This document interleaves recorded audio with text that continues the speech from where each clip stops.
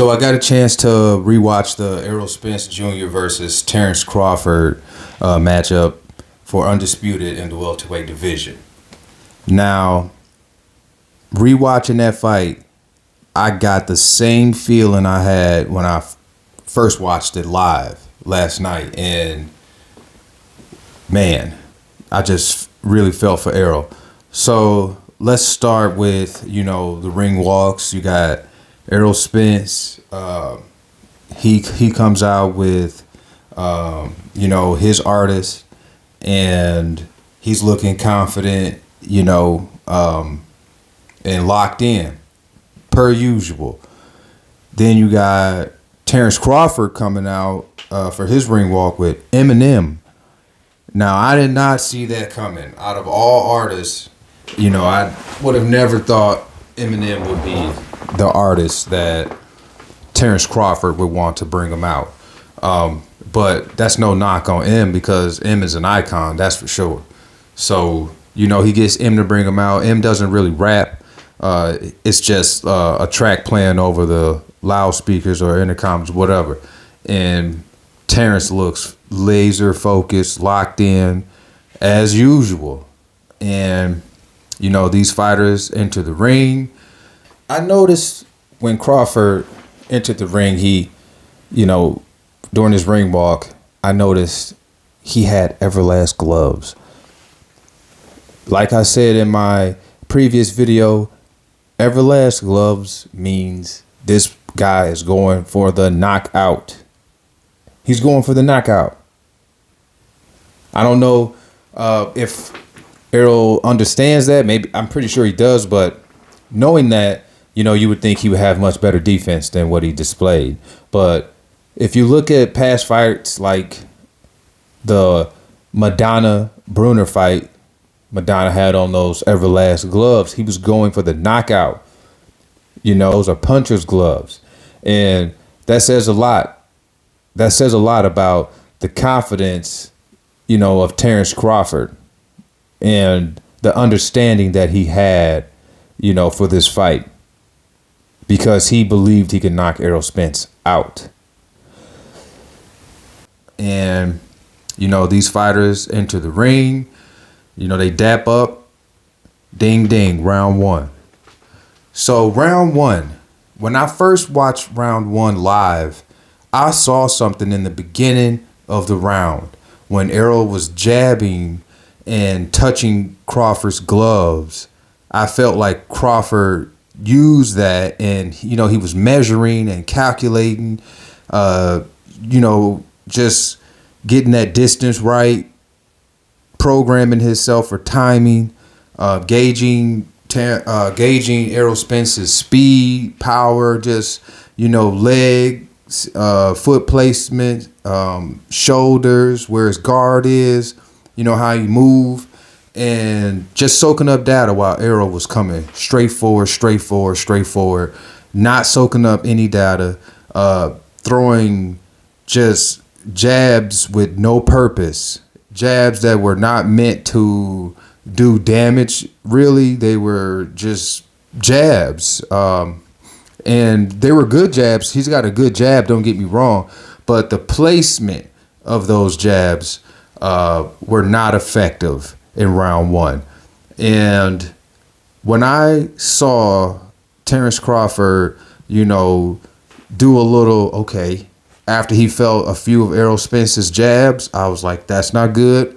And when Errol Spence jabbed to the body, I saw Terrance Crawford soak that up because Errol Spence's hands were down and not guarding his face. And I said, that's not good. And Terrance Crawford comes over the top with a left hook. That's what you get. And the ring announcers and everyone, they called that round for Spence.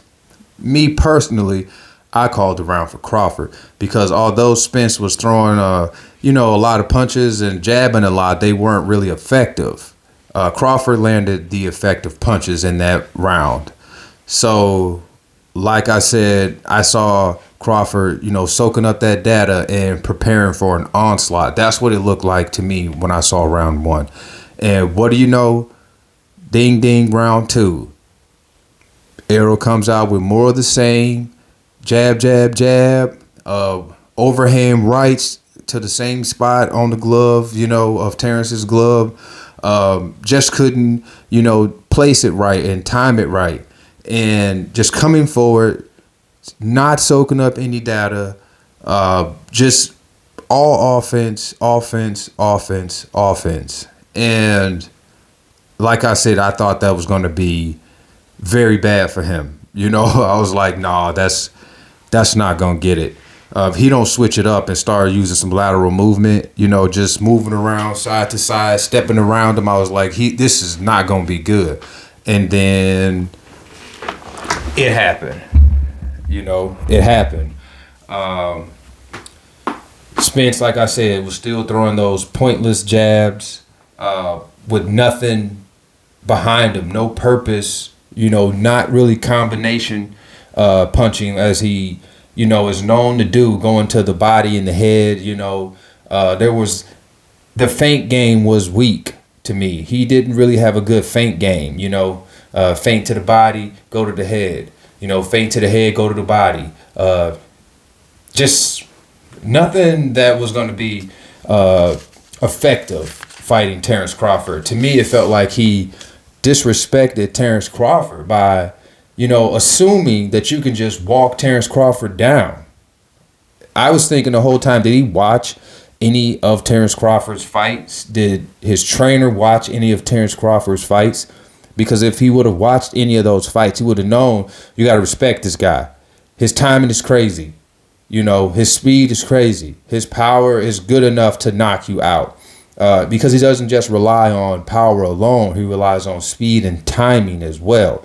And that carries power in itself. So, round 2, he catches Spence with his hands down with the straight right jab toward the end of the round and knocked Spence down. Spence was, caught with his hands down. And it was towards the end of the round, so there was only a few seconds left when Errol got up, and Errol was able to survive the round, but he was definitely rocked. That fight could have been stopped in the second round if there would have been 10 more seconds on the clock. 10 more seconds, and this fight is over with in round 2. Go rewatch that fight, and you'll see what I'm saying. If it was 10 seconds on that clock, it's over with. We got an early night. An early stoppage. Errol Spence is stopped in the second round. He was not really as prepared as he should have been for this fight. I don't know. He did have an 18-month layoff, so who knows? But yeah, after that, round 3, Errol Spence comes out with more of the same, and Crawford is still measuring, calculating, countering, timing Spence with effective punches, left hooks, jabs to the head and the body, a nice stiff straight jab. When Terrance Crawford was jabbing, he stepped into his jab. So it was more effective. It was stiff. It was strong. You know what I mean? It carried power. And Spence would come forward and run into the jab also. So that's even more power that Spence was getting hit with, that he created himself by walking into, Crawford stepping into his jab. And that wasn't good for Errol. It was just busting his face up. And he couldn't time Crawford because Crawford had already timed him. Crawford had already figured him out from the first round. From the first round, Crawford soaked up so much data. Errol was behind.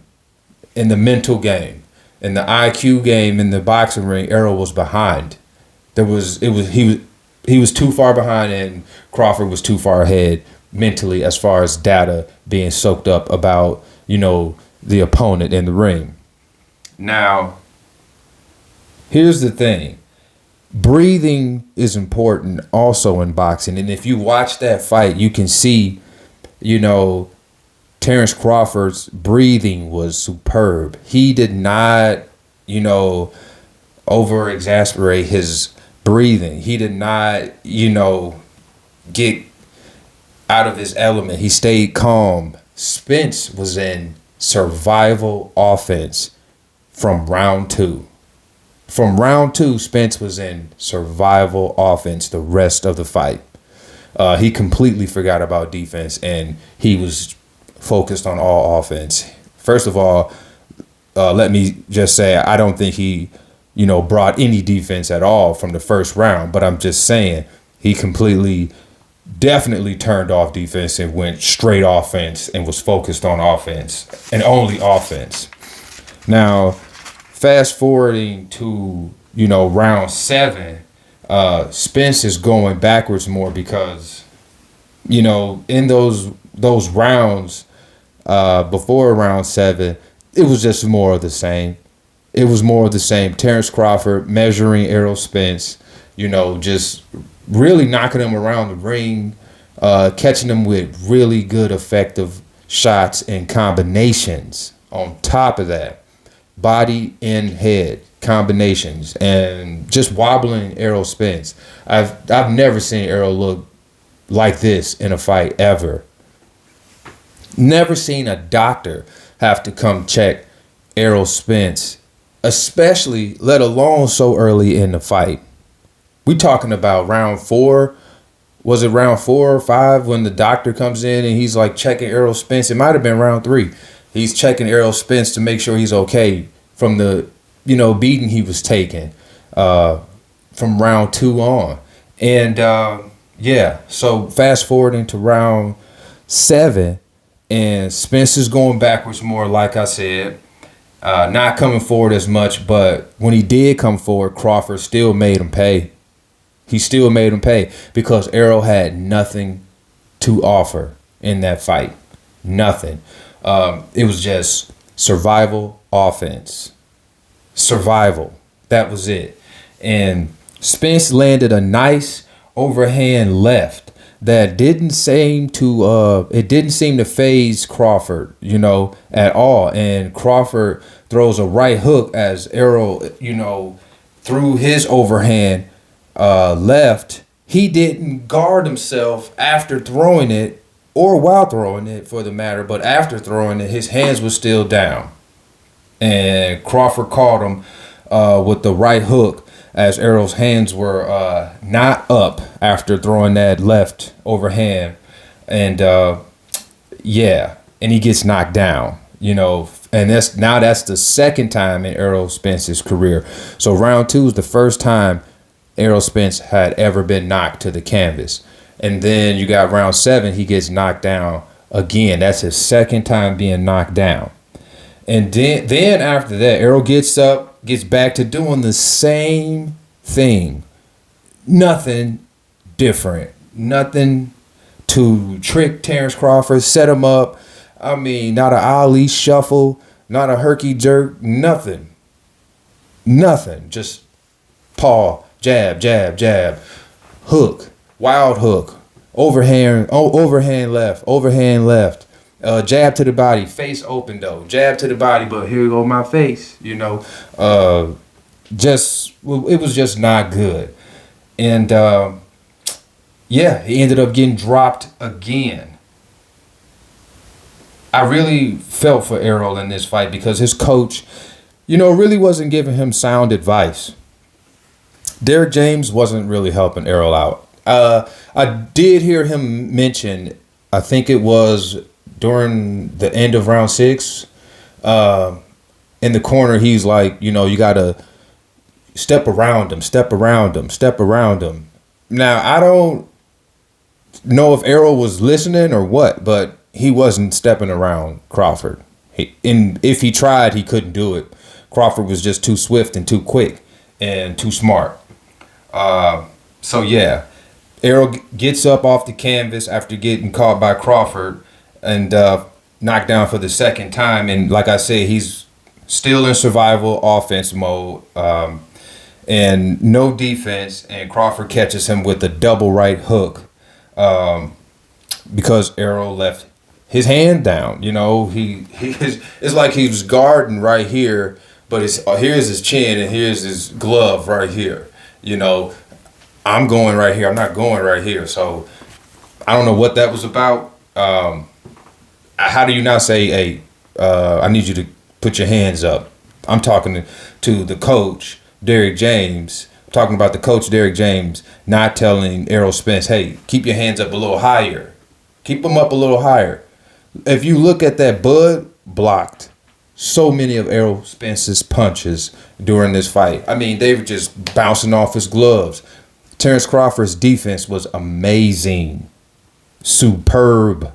Masterclass defense. Levels above Errol Spence. I don't know if Errol Spence can catch up to that type of defense, but Terrance Crawford's defense was levels above Errol Spence. So like I said, he catches Errol with a double right hook. It drops him again because Errol Spence's hands were down below his chin, and I don't know why. Now, he gets up and he does survive the round. So now he's been down 3 times in his career. And I just really felt for Errol because I was looking at his face and he just looked defeated. This fight should have been stopped right there on the stool. This fight should have been stopped. Whether it was the ref or the trainer or the doctor, somebody should have stopped this fight because Errol obviously did not have anything to offer in this fight. He was not prepared to go toe-to-toe with Terrance Crawford, to go, IQ to IQ with Terrance Crawford. He just wasn't ready. I don't know what Derrick James and Errol Spence did to prepare for this fight, but it looks like they worked on nothing but strength, nothing but, break him, Russian versus Rocky, coming forward and just break him. He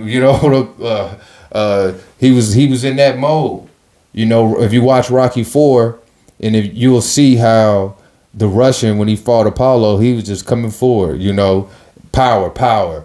And that was not good against Terrance Bud Crawford. He too versatile, too swift, too quick, and too smart for somebody with a one-dimensional style. You're going to have to beat him. I think, actually, watching that fight, Terrance Crawford didn't really even switch. He usually switches from right stance to left stance. He stayed in southpaw stance. He beat Errol Spence without doing all that switching. That says a lot about that man's skill level. He didn't have to even pull out all the tricks in a bag to beat Errol Spence. Now, let's go to the 8th round. They don't stop the fight. Errol comes out in the 8th round, still in survival offense mode. Still throwing, off balance.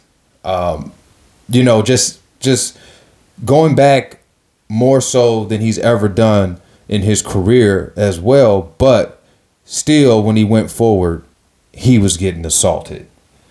He survived the round, didn't get dropped or anything, but he never got his bearings. I saw that. I saw he was still woozy. He was still out on his feet, kind of, from taking the beating that he took up until the 8th round. He gets back in the corner. I'm hoping that they stop this fight. And this is on the replay, and I'm knowing it doesn't get stopped. But watching the replay, I just don't understand why this fight wasn't stopped. This fight should have been stopped. But here we go. Derrick James lets his fighter goes out. Derrick James lets his fighter go out, and it gets stopped in the 9th round. Terrance Crawford put on a fabulous display of punching power, speed, while Errol comes out with more of the same, and Terrance Crawford blocking most of those punches and landing effective punches. So Errol threw a sloppy left overhand right and missed. Both Crawford caught him with a stiff, short right hook that shook Spence. And his guard was not up again after throwing. Then he gets caught again after throwing a left hook, and Crawford caught him with the right. His hands wasn't up yet, like I said, and Crawford will begin to land a web of punches where the referee had to come step in and stop the fight, because otherwise, that was just going to be possibly the end of Errol Spence's career if you get hit with the punches he was about to get hit with from Terrance Crawford. There you have it. After that, we got a new undisputed welterweight champion of the world, with Terrance "Bud" Crawford getting the stoppage in the 9th round. So shout out to Crawford, for showing the world what time it is and just showing the level he's at. He's levels above, these guys. And yeah, I was shocked. I really felt for Errol Spence. Just seeing, Errol's face after the fight, the massacre, whatever you want to call it. I just really felt for Errol. I've never seen Errol's face look so bad before after a fight. So I wish him the best. And I don't know if Errol can even recover from taking, such a beating in the ring like that. That takes a toll on your body and your mental, because you have to live with what happened, and really deal with the fact, hey, this guy was better than me in this area, that area, this area, and that area. Like, what area does Errol Spence see after losing the fight like this that he can, use and in his mind and say, I can be better than him in that? Because I don't see it. And if you guys see it, let me know. But I did not see it. Now, we have seen fighters get stopped, knocked out, in trilogies before, or just in the first fight, and then in the second fight, come back and win. So it has been done before. Now, I don't know if anyone has been dominated to this extent and come back and won the next fight, but Errol does want the rematch. He specifically called out he wants a rematch. And kudos to Errol Spence for staying for the post-fight interview in the ring and outside the ring. A lot of these fighters, after they get beat up, especially the way Errol took his L, the way he took it, he still stayed in the ring. That showed class. That showed growth. That showed, a lot of maturity. These fighters, they get, beat, or not even as bad as Errol lost. They just lose and they leave. They won't even do a post interview. But Errol stayed, did his interview, even with his face looking like that. That is a warrior. That is a warrior. And you got to give the man credit for that. He obviously was not afraid. He was throwing punches. He just lost the fight bad. Blame it on being unprepared. Blame it on his 18-month layoff. But I'm not going to blame anything on the car crashes or anything like that. I would more so be, inclined to believe that it's the 18-month layoff than any other, excuse. 18 months off is a long time. So, because I think his last fight was with Ugas, and he destroyed Ugas. But like I said, Errol, he hadn't been in the ring with anyone like this. But there is a chance that Errol can come back and win the second fight based off of history. If you look at history, fighters have done it before. If you look at Floyd Patterson versus, what's his name? Johansson. So back in the early days of boxing, Floyd Patterson had a trilogy with this guy, and he was knocked out in the first fight. And it was shocking, but he was knocked out in the first fight. And he came back in the second fight to knock Johansson out. And he knocked him out by not allowing Johansson to get in his groove and use his jab. He didn't allow him to use his jab. He took his jab away, and he tricked him with feints to the head and then to the body.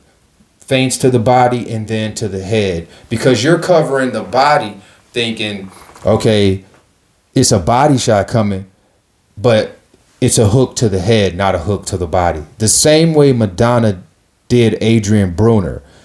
Adrian Bruner, when they fought Maidana and Adrian Bruner, he thought Maidana was going to the body because Maidana had landed so many effective body punches that he assumed the next hook that was coming was to the body because that's what he wanted to protect himself from. But Maidana tricked him and threw it to the head, although it looked like it was going to the body, and knocked Adrian Bruner down. So that's what Floyd Patterson did to Johansson. Knocked him out in the second fight. In the third fight they had, it was more of the same. Both fighters brought it. They both went down in the first round, but Patterson pulled it out with a knockout victory, doing more of the same that he did in that second fight. You know, feints to the head, then to the body, feints to the body, then to the head. I think Errol Spence needs to take a page out of that book, of that trilogy. All right. So it is possible for someone to come back from a loss like this, as long as they are willing to do the work and, you know, just face the fact, hey, this guy is levels above me. I need to raise my game. I am not where I thought I was, because Errol was used to fighting all these other fighters, you know, and usually they bang it out. They get overwhelmed by Errol Spence's pressure and they fold or they break because he literally breaks their body. They're not strong enough to deal with Errol Spence. Well, in this fight, Crawford showed what time it is. He showed what time it was, and he was strong enough to deal with Errol Spence's punches as far as blocking them and them not, like, you know, really hurting him in a sense, because he knew how to block them. Okay, he blocked them on the move. He blocked them on the go. He didn't like just stand there and try to block them. He moved when he was blocking, or he hid behind his glove, and when Errol threw a punch, he quickly countered because you couldn't really see, you know, what was coming because of the placement of Crawford's gloves while he was blocking. Great job on defense from Terrance Crawford, just superb. Now, like I said, Errol can come back and win. I would watch the rematch. I'm definitely going to watch the rematch if these guys fight again, whether it's at 147 or 154. I hope it's at 147 just because that's where the belts are, and yeah, we wanted to see if Errol can come back and claim those titles, and then, you know, he gets to be undisputed. So we'll see what happens. I do want to say that, you know, Spence's volume punching said a lot, because he had a lot of punches that he was throwing, but they weren't effective. Now, he got away with that with his past opponents. Like I said, they either folded from that type of pressure or they broke from that pressure. But Spence and Crawford, you know, Spence should have definitely considered the fact that he's facing an opponent whose IQ is much higher than his previous competition. And I don't think he factored that in. I think he thought he was going to be able to just walk Terrance Crawford down and he would break. And now he knows that's not what's happening. You know, you're going to have to set Crawford up. You got to trick him. You're going to have to, use something that you've never used before, possibly, to beat Terrance Crawford. You heard what Terrance Crawford said after the fight. We've done things in training that we've never done before. Because Terrance knew what time it was fighting Errol Spence. He respected Errol Spence. Errol, I don't think he respected Crawford as much as he should have. I just don't. I was looking for, a good trilogy with this matchup between these guys. I thought it would be more so like Ali and Frazier, Holyfield, Riddick Bowe. Really good fights that was edged out by one or the other, some sort of way. But that's not what we got. We just got complete domination from Terrance Crawford. That's it. Now, still highly entertaining. Still worth every penny. But if you got love for Errol Spence, you just don't want to see him go out like that. And that's how I feel. I just didn't want to see Errol go out like that. If he would have got knocked out, that wouldn't have been the problem. The problem was for me how he fought. If he would have fought a good fight and was able to still,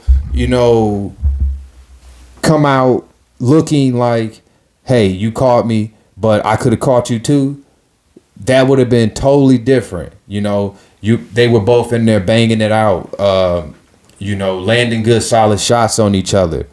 And there was a moment where, one of them slipped and got knocked out. But that's not the case. We just got total domination. Total domination. I'm talking about lips hit the moon off them hooks, knocking his head around. It was crazy. Blood pouring out of his nose and face. I didn't know where the blood was coming from at one point. I was like, it looked like his face is just bleeding. It looked like his blood coming through his pores. That's what it looked like. It looked like his face was bleeding blood through his pores. It was crazy.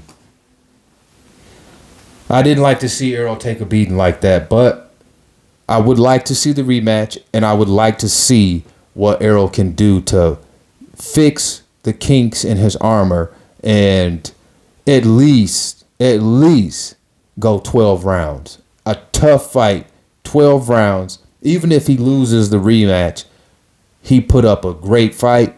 I'll be happy for Errol with that, because Errol has to show the fans something after this fight. He's got to show us something, because I don't know if he realizes this or not, but he's got to face the facts that Terrance Crawford is levels above him. And that's just that. He's got to face that and be willing to fix those, errors that he made during this fight. So I looked at the stats, and Crawford let's go with Spence. Spence threw 480 shots and only landed 96. Whereas Crawford threw 369 and landed 188. Something like that. And that's a big difference. You got Terrance Crawford landing 50% of his punches, where Errol Spence is landing 20%. Oh, you got a loss all day. That's like in the NBA game, you got a team hitting you with, 43s. It's over with. If that team hits you with 43s and you only hit, 10, 5 or 10 threes, you dead in the water. It's over with. And that's what it looked like. It looked like, Terrance Crawford just was shooting better. I mean, much better. So that's something for Errol to think about. Volume punching is not going to always get the job done. You're wasting stamina and you're risking, yourself getting knocked out against a smart fighter, because he was catching Errol Spence in between punches. He was catching Errol as he would come in with a stiff jab or straight, It was like a straight jab that was stiff at the same. I mean, it was beautiful. It was crazy how Errol couldn't stop doing what he was doing and figure that out. I just didn't understand it, and nor his coach telling him, "Hey, watch out because you're making his punches feel harder than they need to be. They don't have to, have so much sting at the end of them if you're not running into them at the same time." Terrance Crawford was already stepping into his jab. He's stepping into his punches, and you're stepping in and getting caught while he's stepping in. That's a bad combination. That's knockout all day.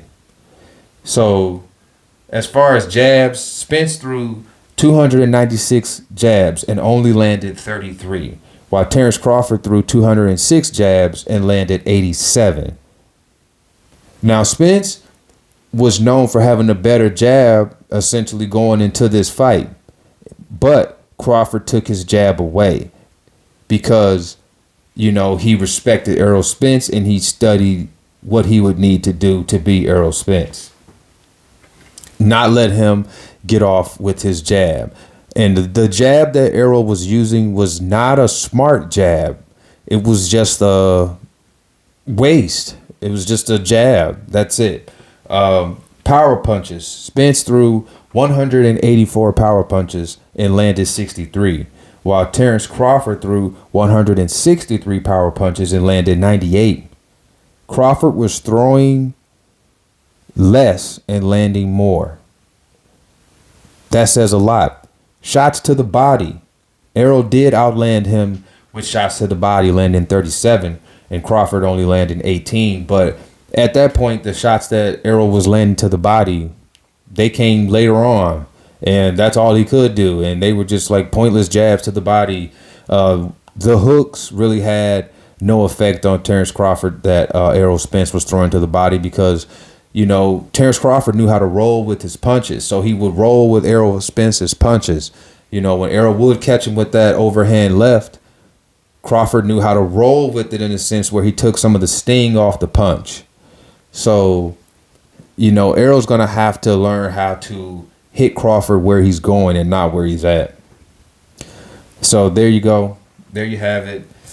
That's the fight in a nutshell. And I am still excited for the rematch. I will definitely order that. I tried to figure out if I could, pick a winner during the weigh-in of this first fight, and I couldn't pick a winner. And you see why. The deception from the past fights, can be real. You just don't know until those fighters get in the ring, because great fighters, are great when they're fighting other fighters who are good or not as great as them. But when two great fighters fight each other, then the level that those fighters are at, because it's gonna show. And Terrance Crawford showed he is levels above everybody. If he's this far above Errol Spence, there's nobody that can really do anything with him. There is one fighter I would like to see him fight. If he gets past Errol Spence for the second time, I would like to see him fight.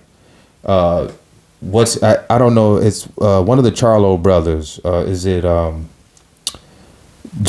Jamal? It's Jamal or Jamel? The super. He was super welterweight. I think now he's middleweight, undisputed. He just beat Castaño. First fight he had a draw with him, but the second fight he knocked Castaño out. If I could see that fight, Crawford versus Charlo, that is going to be a good fight. That's going to be a good fight. And I still think Crawford might be able to pull that fight off at middleweight, because I was watching Charlo's defense in that Castaño fight.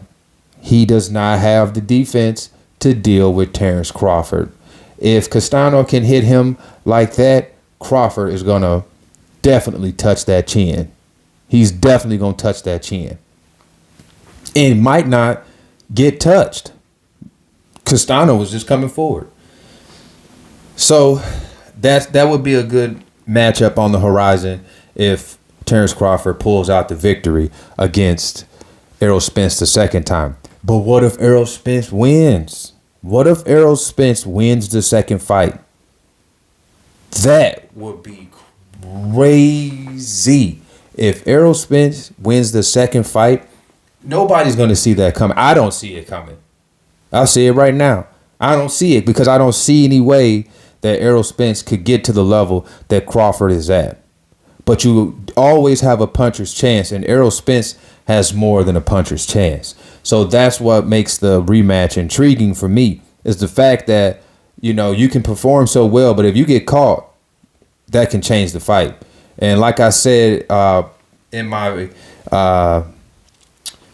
content that I dropped, in my video that I dropped before the fight, I literally called out the fact that a moment could dictate this fight. And I think there was a moment in the first round of this fight with Terrance Crawford and Errol Spence that, you know, Terrance Crawford figured out so much from that first round.